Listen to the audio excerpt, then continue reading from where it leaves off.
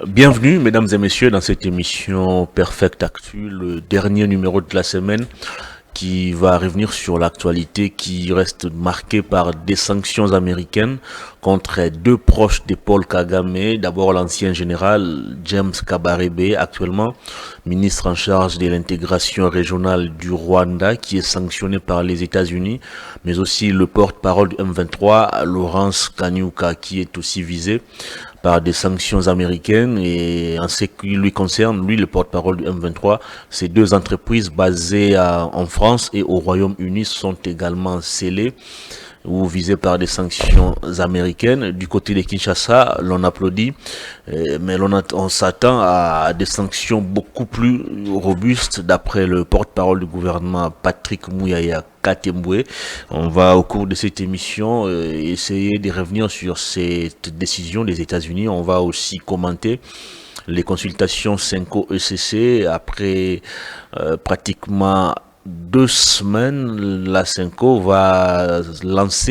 et l'ECC vont lancer à Lubumbashi le pacte social du bien vivre ou du vivre ensemble et dans la région des Grands Lacs. On va aussi commenter les autres questions liées à l'actualité, notamment la criminalité à Kinshasa, mais aussi la suite des opérations Nobo et Zéro Kuluna, vu la recrudescence du phénomène Kuluna à Kinshasa. Sur ce plateau, j'ai le plaisir de recevoir pour la toute première fois un cadre de Ensemble pour la République. Il s'appelle Papi Mawe, qui nous déçoit malheureusement pour sa première participation.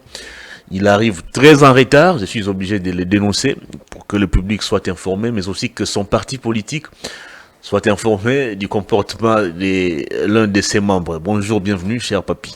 Voilà, bonjour, merci beaucoup. Et je vais compléter par rapport à mon nom, puisque vous avez parlé de Papi Maoïs. Il faut ajouter, après Papi Maoïs, il faut ajouter l'homme du moment. C'est-à-dire celui qui met mal à l'aise ces derniers temps les partis au pouvoir, IDPS ainsi que M. Augustin Kabouya. De quelle manière mettez-vous l'IDPS mal à l'aise? Je présente mes excuses à tous les téléspectateurs, les peuples congolais qui me suivent en ce moment. Je ne suis pas venu en retard par ma propre volonté. C'est suite au malaise, à l'incompétence de M. Félix Tshisekedi, qui a choisi des incompétents pour gérer les ministères des Transports, pour gérer les différents services de l'État. Et aujourd'hui, le peuple fait face à plusieurs difficultés, entre autres les embouteillages dans la ville province de Kinshasa. Un ministre des Transports qui, je ne sais pas qui n'existe que des noms, qui aujourd'hui ne sait pas ce que c'est son job description. Je ne sais pas s'il maîtrise bien son job description. Donc même votre propre capacité à quitter Toléli, vous le mettez sur la tête du président de la République et des autorités. J'ai vu un monsieur avec, des bandeaux rouges ici, sur, je ne sais pas, à l'est, il est déjà à l'est du pays. C'est un ancien rebelle. Quelqu'un qui a fait la rébellion ici au Congo, il a tué des gens. Et il a ses confrères rebelles qui sont en train de tuer les gens aujourd'hui à Goma, à Bukavu, les M23. Et lui, maintenant, il veut nous montrer que lui, il était l'enfant chéri de Félix Tshisekedi ou un bon monsieur. Mais les Congolais n'ont pas oublié que lui aussi, il était le pays est rebelle. En lieu c'est un ancien rebelle. Dans un silence, il a tout à fait démobilisé la jeunesse. Un ancien rebelle qui est aujourd'hui ministre pour rejoindre l'armée. Il a abandonné. N'arrive pas Le ministre des Transports a abandonné ses responsabilités. En tant que ministre des Transports, il veut aujourd'hui récupérer le ministère de la Défense et il montre maintenant à Fachi que c'est lui le vrai monsieur. Or, les Congolais n'ont pas oublié qu'il a tué des gens qui s'engagent. Je parle là de Jean-Pierre Bemba. Donc, nous n'oublierons jamais ce que Jean-Pierre Bemba a fait dans ces pays. Donc, je présente mes excuses. Mon retard est dû suite à l'incompétence du ministre des Transports qui gère très mal ces ministères. Et voilà pourquoi il y a beaucoup d'embouteillages ici à Kinshasa. Connaissant les embouteillages qui frappent Kinshasa, quand vous avez un rendez-vous à 9h30 de préférence, il faut quitter la maison à 6h ou si... Malheureusement, j'habite Tupen, j'ai quitté ma maison... Nous restons tous très J'habite Tupen, j'ai quitté ma maison à 6h du matin et j'arrive au centre-ville à 9h45. Merci beaucoup. Allez, sinon, comment allez-vous? Très bien. Le parti se porte bien? Les partis se portent très bien. Moïse Katumbi qui est à l'étranger, qui les pouvoirs en place est en train de pousser toujours en exil. On vous accuse. Bon, ça ne dérange pas. Ils ont été dans l'opposition avec nous. Nous les avons aidés. On a habillé certaines personnes. Vous les avez aidés comment? On a payé des loyers pour ces personnes. C'est trop bas comme discours. Nous avons pris en charge plusieurs personnes discours. Il faut l'éviter. Mais aujourd'hui, Moïse Katumbi est devenu un bouc émissaire. Très bien, on vous accuse d'observer un silence coupable. Le pays est agressé. Moïse Katumbi ne s'exprime pas. Il ne condamne pas l'agression rwandaise. Vous observez ou vous jouez pratiquement le jeu de l'ennemi en observant ces silences radio. Comment vous réagissez face à ces accusations? La première personne à dénoncer les M23, c'était Moïse Katumbi.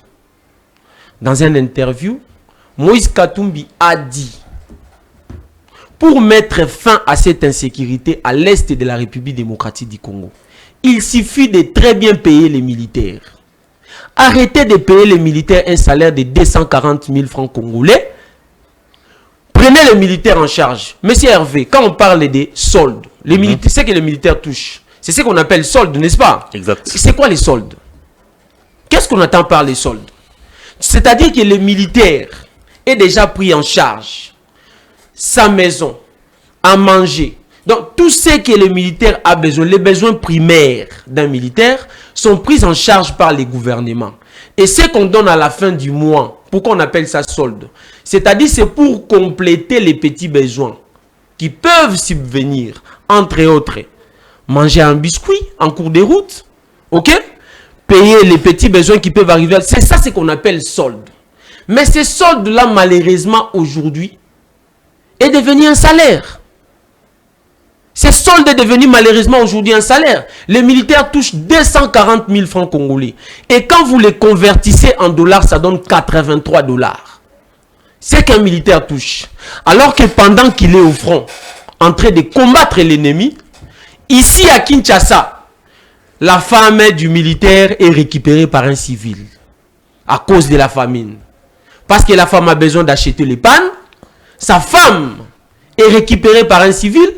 Les enfants des militaires commencent à demander de l'argent le long de la macadam ici, de route de Matadi. Tous les enfants des militaires sont là. Quand vous voyez les petits enfants en train de demander de l'argent ici à Magasin Kitambo, à Willery, partout, ce sont les enfants des militaires. Est-ce que pour autant Moïse Katumbi doit observer un silence? Et un militaire, j'ai dit Moïse Katumbi était le premier à dénoncer. Il a dit il faut arrêter pour mettre fin à cette... Il a dénoncé le M23 alors que Kinshasa s'attend à ce que Moïse Katumbi puisse citer nommément le Rwanda et Paul Kagame comme le fait Félix Tshisekedi. Malheureusement, Moïse Katumbi ne peut pas se comporter comme M. Félix Tshisekedi. M. Félix Tshisekedi, en fait, en vrai, c'est un incompétent. Les incompétents, quand ils gèrent quelque chose, un État, une entreprise, une boutique, pour eux, quand ils réalisent de faux résultats, ils jettent toujours les sorts vers les autres. Et Félix Tshisekedi a cité tout le monde dans sa gestion. Il a commencé par il a commencé d'abord par le M23. Il a quitté le M23. Kagame. Après Kagame, la communauté internationale. Excusez-moi. Après la communauté internationale, il va citer Moïse Katumbi. Moïse Katumbi, il cite Joseph Kabila. Et aujourd'hui, les peuples congolais commencent à se réjouir. On a attendu avant-hier Kabouya qui va citer l'IDPS comme responsable du chaos qui règne aujourd'hui en République démocratique du Congo. Et il dit que le parti n'a pas aidé les chefs de l'État à atteindre ses objectifs. Nous applaudissons. J'ai dit c'est pour la première fois que Kabouya avance des arguments intellectuels très intelligents aujourd'hui. Il a compris que c'est l'IDPS qui bloque la machine. Donc c'est très décevant. Et lorsque vous observez la gestion de M. Félix Tshisekedi, ça se matérialise par cette abréviation qu'on lui a donnée de Fachi. C'est-à-dire? Quand on dit Fachi, la première lettre c'est quoi? C'est F, n'est-ce pas? Fiasco. Deuxième lettre c'est A. Quand on parle de A, on voit l'amateurisme. Et quand vous prenez T, c'est la tergiversation. C'est ce qu'il fait à tout moment. Quand vous prenez S, c'est le sabotage. Félix Tshisekedi est en train de saboter les peuples congolais. Quand vous prenez la lettre H, il hésite à tout moment. Hésitation. Et ça termine par la lettre I. L'incompétence. Félix Tshisekedi, c'est un incompétent. Il faut retenir ça, que c'est un incompétent. Il a mal géré la République. Il doit arrêter de se plaindre. Aujourd'hui, quand vous parlez des sanctions des Américains, notre gouvernement applaudit. Oui, ce sont les incompétents qui ont applaudi. Comment ça? Est-ce qu'il faut attendre les sanctions venant des autres pays, des autres États? Mais ça prouve à suffisance que la diplomatie... Est-ce que la République démocratique du Congo est réellement agissante? Est-ce que la République démocratique du Congo elle-même ne peut pas sanctionner les Rwandais? De quelle manière? Si réel, mais par des voies militaires, par les moyens de guerre. L'option militaire est déconseillée par la communauté internationale. Ah, voilà, mais pourquoi on n'a pas déconseillé la Russie? Il faut aller sur la table ronde. Mais sur la pourquoi table des négociations. Prenons maintenant les cas de Russie et Ukraine. Qu'est-ce que la communauté internationale a fait? Non, on doit arrêter à un moment donné de réfléchir de la sorte. La manière de gérer cette question de l'insécurité à l'est de la République démocratique du Congo, ok? En droit, on appelle ça l'externalisation. C'est ce que fait le gouvernement aujourd'hui. C'est-à-dire, vous-même, vous sentez que vous êtes incapable de gérer cette question et vous cédez la gestion. C'est ça ce qu'on appelle l'externalisation. Quand tu es incapable, par exemple, quand vous prenez Parfait Télévision comme ça, si aujourd'hui, Peter Tiani devient incapable de gérer sa ressource humaine, de gérer une partie de son entreprise, Monsieur Peter Tiani peut solliciter une entreprise externe pour gérer l'un de ses services. C'est ce que fait la République démocratique du Congo aujourd'hui avec Félix Tshisekedi. C'est-à-dire, aujourd'hui, il cède la gestion de l'insécurité à l'est du pays entre les mains de la communauté internationale. Et je regrette que c'est la même communauté internationale que M. Félix Tshisekedi a toujours accusé que ce sont eux qui sont derrière le Rwanda et derrière le M23. Donc, je vais dire que Félix Tshisekedi, dans d'autres termes, avec son gouvernement, ils sont en train de balbutier. Est-ce que vous comprenez? Donc, ils ne sont pas déterminés. Ils ne sont pas déterminés. Mon frère, j'ai toujours dit, partout où je passe, quand on vous donne quelque chose pour gérer, vous êtes un manager. Et pour être un bon manager dans la gestion, il faut avoir deux grandes qualités. Pour les Américains, il y a deux grandes qualités. Mais pour les Chinois, il y a trois grandes qualités. En chinois, on appelle ça Onchi Chantu Paton Ponchi. J'ai fait une formation en Chine. Quelle est la première qualité qu'il faut avoir? On appelle ça comment? Onchi Chantu Paton Ponchi. C'est-à-dire, pour être un bon manager, il faut avoir de l'expérience. 2, il faut avoir la formation. Je ne sais pas, vous allez peut-être me contredire pour me dire que Félix Tshisekedi a été formé dans ça. Il a été formé dans ça. Il faut avoir quand même une formation pour être un bon manager. La formation, de l'expérience.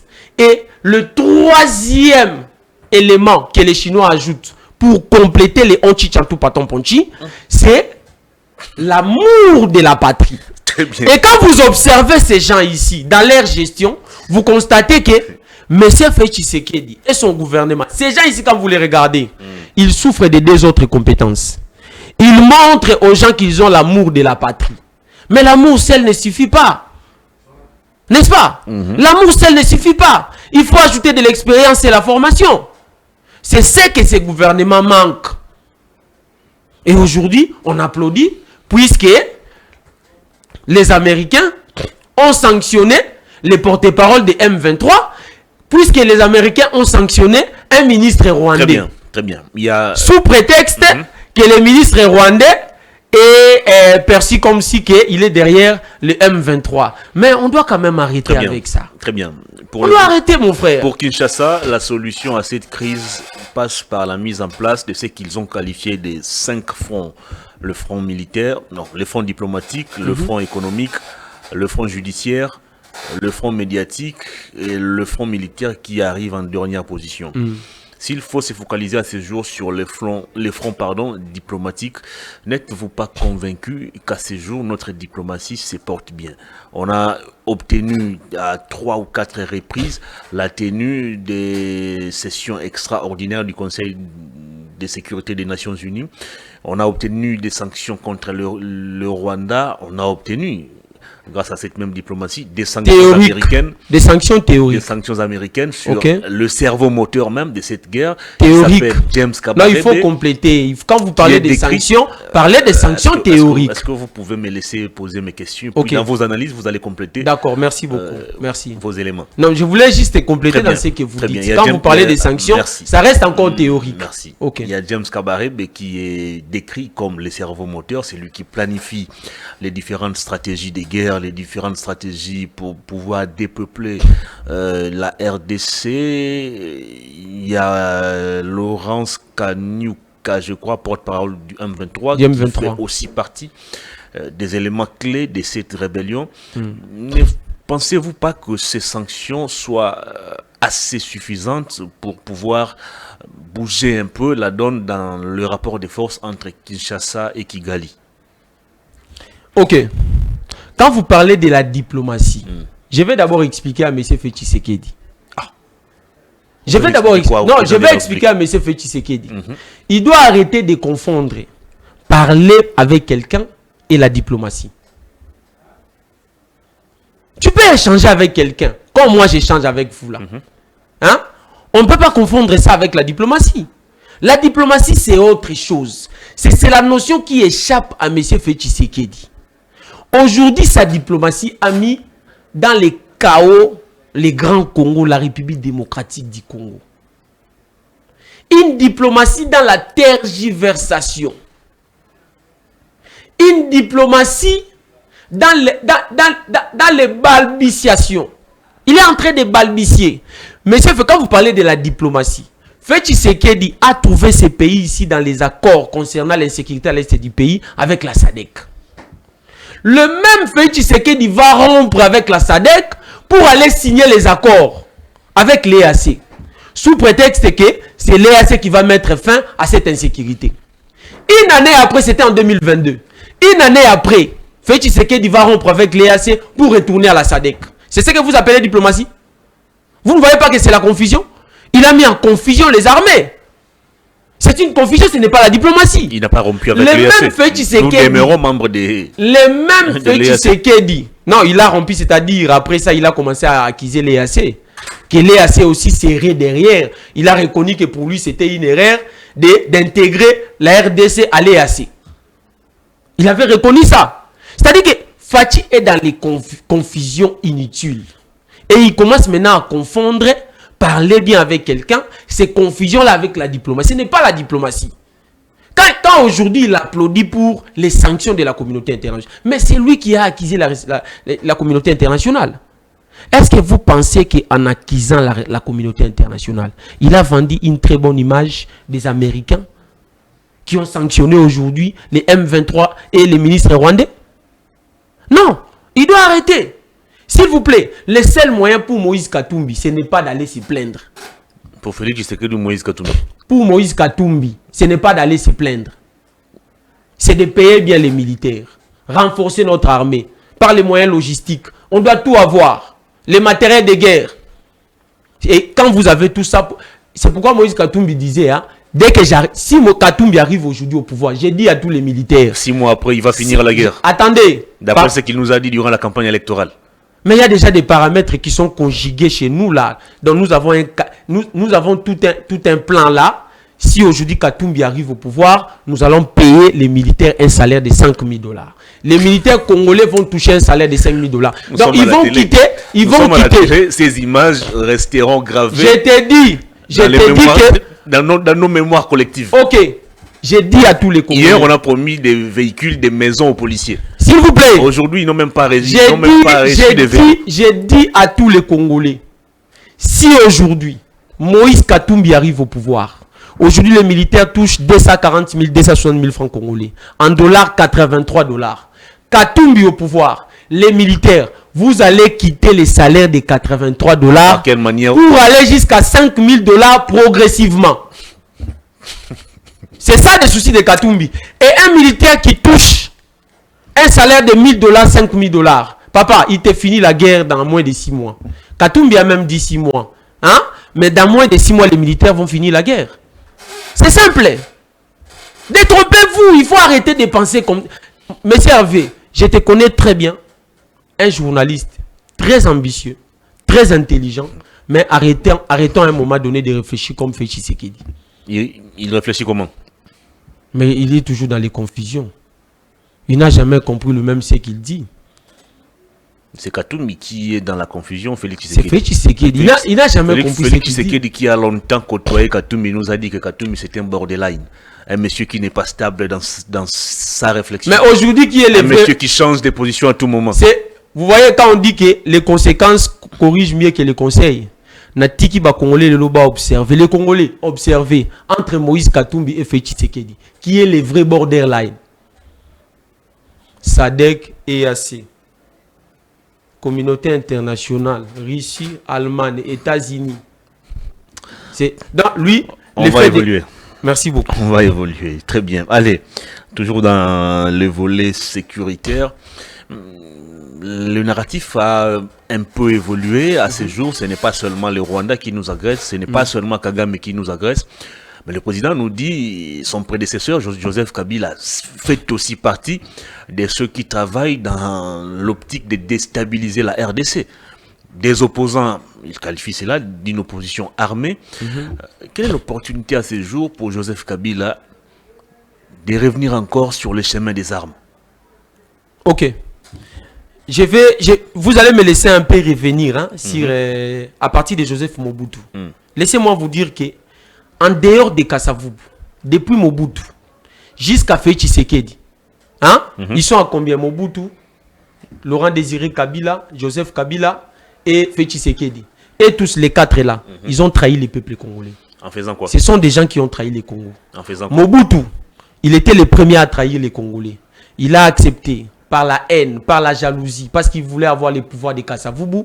Il avait accepté de dealer avec les Belges et les Américains pour mettre fin au pouvoir de Kassavubu afin qu'il devienne président. Et il a fait ça. Laurent Désiré Kabila,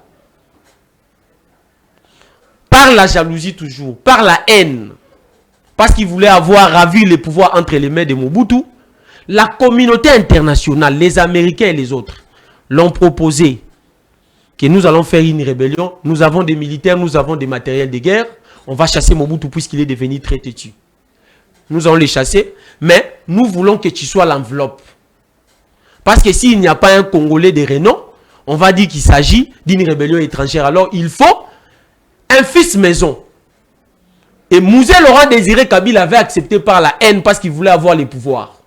Et il a fait ça, il est venu avec les Américains ici au Congo. Mobutu a fui. Mouzé Laurent Désiré Kabila a pris les pouvoirs. Mais avant ça, il avait signé les accords. Il fallait céder nos terres à la communauté internationale. Mais quand il devient président, il dit que j'avais signé ces accords-là quand là j'étais encore un individu. Au moins il a été honnête. Mais maintenant j'engage la République. Et Joseph Kabila a trouvé ces accords sur la table. Joseph Kabila a trouvé ces accords sur la table. Par peur de mourir. Parce qu'il avait peur. Il n'a pas voulu mettre de l'accent sur ça.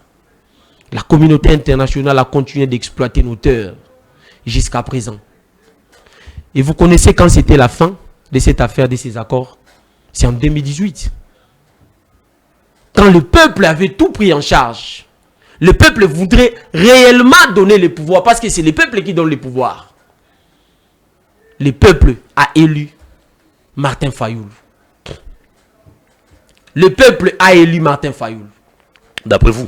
Suite à la honte, la haine et la jalousie qu'avait M. Félix Tshisekedi, il a accepté. Et vous connaissez, je ne vais pas aller en détail. Il a accepté quoi? Ce qui est arrivé en 2018. Mais si, dites-moi aujourd'hui, est-ce que M. Joseph Kabila allait vraiment faire quoi en 2018 si Kamere, Félix Tshisekedi et tous étaient restés derrière Martin Fayoul? Mais c'était la fin. C'était la fin, mon frère Hervé. Malheureusement. Malheureusement. Aujourd'hui, nous sommes où? Félix Tshisekedi a accepté de dealer avec Joseph Kabila. Le peuple a perdu les pouvoirs qu'il avait donnés. Tout comme Katumbi a décidé aussi de revenir vers Kabila. Ne reprochez pas seulement à Tshisekedi le fait pour lui de tisser une alliance avec Joseph Kabila. Attendons, s'il vous plaît. Vous avez été avec Kabila dans la gestion, vous l'avez quitté.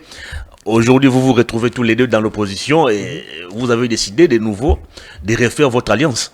C'est de la politique. Les alliances, c'est fond et c'est défond. Mais qui a cherché l'autre? C'est la question qu'il faut poser. C'est Kabila qui a cherché Katumbi ou c'est Katumbi qui a cherché Kabila? Allez les poser la question. Moi, je ne vais pas répondre à cette question. Sur ces plateaux, vous voulez nous faire croire que c'est Kabila qui est parti. Non, je ne réponds pas. J'ai dit ceci. Il faut aller poser cette question à Kabila et Katumbi. Qui a cherché l'autre? Visiblement, c'est Katumbi. Puisque Kabila reconnaît son erreur. Il a reconnu ses erreurs. Il a dit où? Il a reconnu cette erreur où? Et à quel moment? Il a reconnu ses erreurs. Qu'il ne fallait pas faire ça en 2018. Mais il veut maintenant corriger ça. De quelle manière va-t-il les corriger? Par une opposition non armée. À lui qui est accusé à ce jour de dérouler pour le Rwanda. D'être même le parrain de l'AFC. Non, ça c'est un comportement de Félix Tshisekedi. Il accuse toujours tout le monde. Je t'ai dit que Kabila a déjà mis fin à cette affaire. Félix Tshisekedi a accusé tout le monde. Il a accusé FCC, il a accusé Kabila, il a accusé les Rwandais, Kagame, il a accusé Corneille Nangaa, il a accusé la communauté internationale, les Rwandais. Mais aujourd'hui, Kabila a conclu en disant que ce ne sont pas ces gens-là, c'est l'IDPS qui n'a pas aidé les chefs de l'État à atteindre ses objectifs. Très bien. Donc on doit arrêter. Très bien. L'option militaire ne nous est pas recommandée par la communauté internationale. Il faut privilégier le dialogue, il faut privilégier la voie de sortie des crises sans faire couler le sang des Congolais, qui a déjà beaucoup coulé d'ailleurs. La CENCO et l'ECC ont décidé, de manière assez personnelle, de prendre l'initiative de consulter la classe politique. Mais à Kinshasa, les ténors du pouvoir ne semblent pas partager cet avis de la CENCO et l'ECC de convoquer une table ronde pour chercher la voie de sortie. Les ténors, entre autres équipes, de cette crise. Vous avez suivi les porte-parole du gouvernement qui a dit que le président n'était pas concerné par la démarche de la CENCO. Vous avez suivi Kabouya qui nous a dit que l'initiative de la CENCO et l'ECC était sournoise. Alors, à ce jour, que pouvez-vous préconiser comme piste de sortie des crises face à la situation qui frappe la RDC actuellement? D'abord, laissez-moi vous dire que tout ce que Kabouya a dit contre les prêtres de l'église catholique et l'ECC, tout ce que Patrick Mouyaya a dit, ce ne sont que des mascarades. La démarche de l'église catholique et l'ECC est considérée aujourd'hui comme un ouf. Considérée par vous, de l'opposition? Non, par le peuple. Aujourd'hui, bon, non, par les régimes. L'union sacrée, pour eux, c'est un ouf de soulagement. Qui vous a dit ça? Je te dis, ils sont en train d'embrouiller les peuples congolais. Pour eux, c'est un ouf de soulagement. Pourquoi? Parce qu'ils sont bloqués. Ils sont bloqués. Ils doivent nous dire la vérité que toutes les démarches qu'ils ont entreprises partout dans les pays pour aller chercher les matériels de guerre, tout ce qu'ils ont fait n'a pas réussi. Ça n'a pas marché. Aujourd'hui, notre armée est affaibli. Vous avez suivi l'audio. L'armée n'est pas affaiblie. S'il vous plaît. S'il vous plaît. C'est le régime qui a affaibli l'armée. Non, non, non. Vous avez suivi l'audio qui circule. Faites vos analyses qui fait la ronde. Sans... S'il vous plaît. Vous avez suivi l'audio qui fait la ronde, l'audio d'un militaire avec les chefs de l'État. Rien n'éprouve l'authenticité de cette note vocale. S'il vous plaît. Et moi, vous, en tant que journaliste d'investigation, il faut aller mener les enquêtes comme font les journalistes de France 24 et les autres. Quand on nous parle des bataillons régimentels, 1800, 1700 personnes, êtes-vous sûr que c'est vrai?